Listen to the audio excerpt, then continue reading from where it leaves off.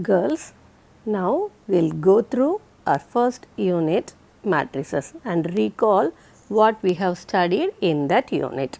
The first thing we studied is determinants.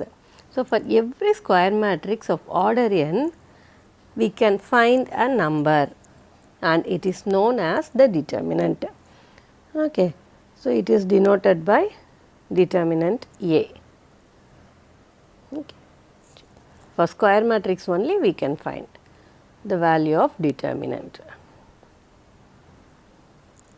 Adjoint of a matrix, adjoint A is equal to Aij the whole transpose, and Aij is the cofactor matrix. Okay. Transpose of the cofactor matrix is known as adjoint matrix. Inverse of a matrix. What is the inverse? Inverse is equal to A inverse is equal to 1 by A adjoint of A. If B is the inverse matrix, if B is the inverse of A, then AB is equal to BA is equal to I, and it is a unique condition. And B is called as the inverse, that is A inverse. So, and also we learnt how to solve a system of linear equations. Look at this. Here we have m equations a11x1 up to m non-linear, non-homogeneous equations, n equations, and we learnt how to solve that using matrices. Next we learnt about input output analysis, and it is invented by Professor Vasily W. Leontief. Okay. He is the inventor of this analysis, input output analysis. Okay. So, it involves input output tables, and we are considering that as a matrix, right. Such tables include the rows and columns of data, the quantity, the supply chain. Okay. So, it includes the table that includes the supply chain or the production numbers, everything. Okay. And with that data, we are calculating the input output analysis. We are considering that data, the table, as an array of matrix, and we found the input output analysis. Okay. For example,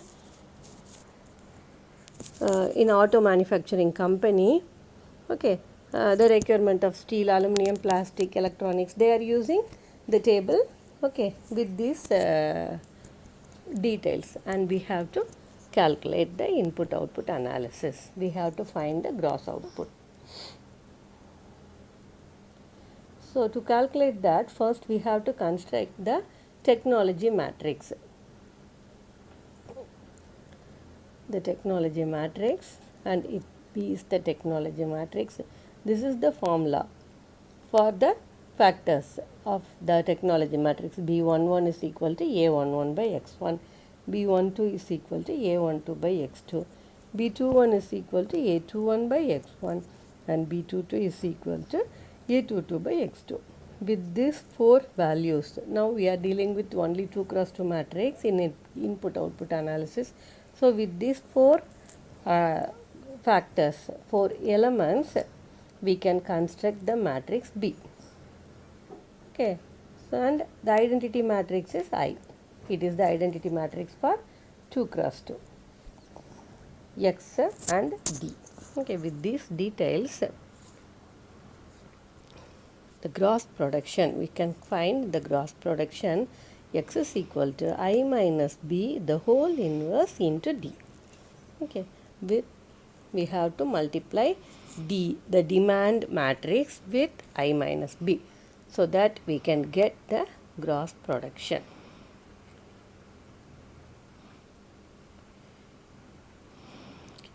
So, in this input and output analysis, we also learnt about Hawkins-Simon conditions. What are these conditions? they ensure the viability of the system. Okay. And if B is the technology matrix, then that B should satisfy the following conditions. The technology matrix should satisfy the following conditions according to Hakin-Simon. What? The main diagonal elements must be positive, and I minus B. Okay.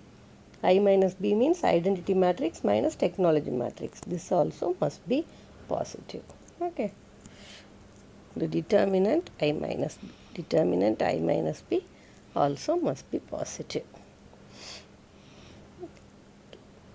These are all the things we have learnt in our unit 1. Now the exercise, the last exercise 1.5, it is choose the best answer. So girls, you have to find the answer. You have to solve